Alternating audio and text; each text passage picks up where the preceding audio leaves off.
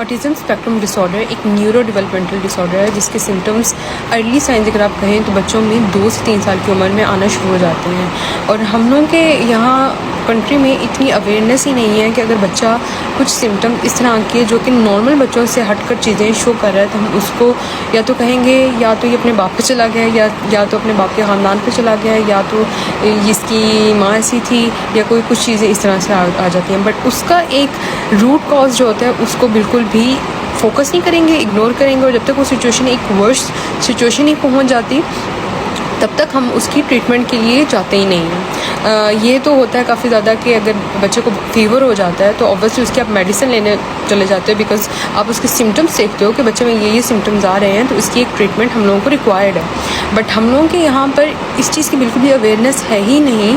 मैंने एक केस देखा जिसमें एक मदर उसका बच्चा क्लियरली ऑटिस्टिक सिम्टम्स शो कर रहा है और उसकी अम्मी को पता ही नहीं है कि ये बच्चा इसमें ये मसला है। उसको कहते हैं कि ये तो बहुत बदतमीज़ है, ये तो बात सुनता ही नहीं है एंड जो मर्ज़ी कुछ कर लो, I am so frustrated. Obviously ये चीज़ कब क्यों आ रही है क्योंकि हमें इसके अर्ली सिम्टम्स का पता ही नहीं है। ऑटिस्टिक बच्चे जो होते हैं ना इसमें अर्ली सिम्टम्स क्या होते हैं, सबसे मेजरली जो हो रहा होता है ना इनका आई कॉन्टैक्ट मेंटेन नहीं करते हैं। इसके सिम्टम में अगर 2-3 हिस्से अगर हम देखने जाए ना तो सोशल कम्युनिकेशन एंड इंटरेक्शन अगर उसमें देखा जाए तो उसमें ये बिल्कुल भी कम्युनिकेट नहीं कर पाते। ये प्रॉपर जैसे हम लोग आपस में एक दूसरे से बात कर लेते ना तो they can't talk back and fourth, ये कम्युनिकेशन को मेंटेन नहीं कर सकते, कंटिन्यू नहीं कर सकते।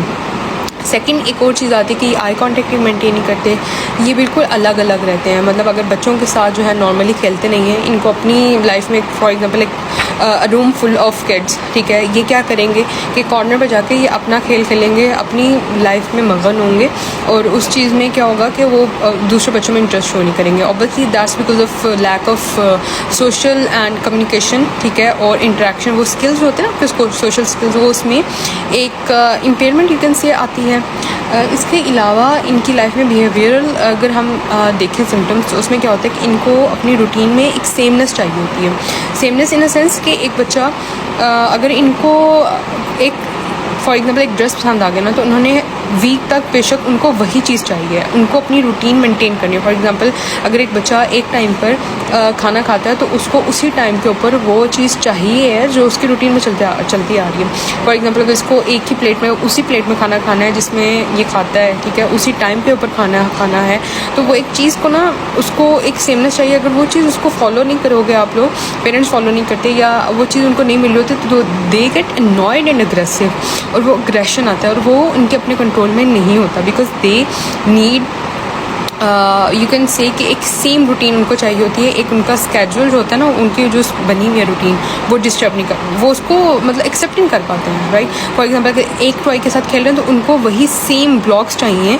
उसी कलर के ब्लॉक्स चाहिए जो जिसके साथ वो खेलते हैं। अगर आप उनको डिफरेंट न्यू ब्लॉक्स में ला के दे दोगे they won't like it because they need वही वाली चीज़ जो उनको जिसकी आदत है, राइट। और इसके अलावा अगर हम देखा जाए तो अगर आप उनको उनके नेम से कॉल कर रहे हैं तो दे वोंट रिस्पॉन्ड। अगर आप उनको बुला रहे हैं तो वो क्या करेंगे, जो काम कर रहे हैं they won't make eye contact, वो even though they would show कि उन्होंने सुना ही नहीं, दे वोंट रिस्पॉन्ड बैक, ठीक है, आई कॉन्टैक्ट नहीं करेंगे। तो ये चीज़ें जो होती है ना ये इसमें नहीं आता कि बच्चा छोटा सा बहुत बदतमीज़ है, इसके जेनेटिकली ये ट्रेट्स आ गए हैं, इसके ख़ानदान वाले इस तरह के थे, ये थे वो थे, नो, दैट्स लाइक ऑल मेरे ख्याल से ट्रैश होती है ये चीज़। ऑब्वियसली हर बच्चा जो होता है एक इंडिविजुअल कैरेक्टरिस्टिक्स होती हैं और हाँ इसमें ये होता है कि आपकी कॉजेज़ क्या हो सकते हैं। फॉर एग्जांपल इसकी बैक पे रीज़न क्या हो सकते हैं। ऑब्वियसली जेनेटिक रीजंस आ सकती हैं या फिर इन्वायरमेंटल फैक्टर्स में आ सकता है कि फॉर एग्जांपल मदर की एज डिपेंड करती है कि अगर इफ़ शी कंसीव 40 और 45 प्लस की एज में कंसीव करती है तो ये भी एक रीज़न हो सकती है। या सब्सटेंस अब्यूज़ की हिस्ट्री आ सकती है कि ड्यूरिंग प्रेगनेंसी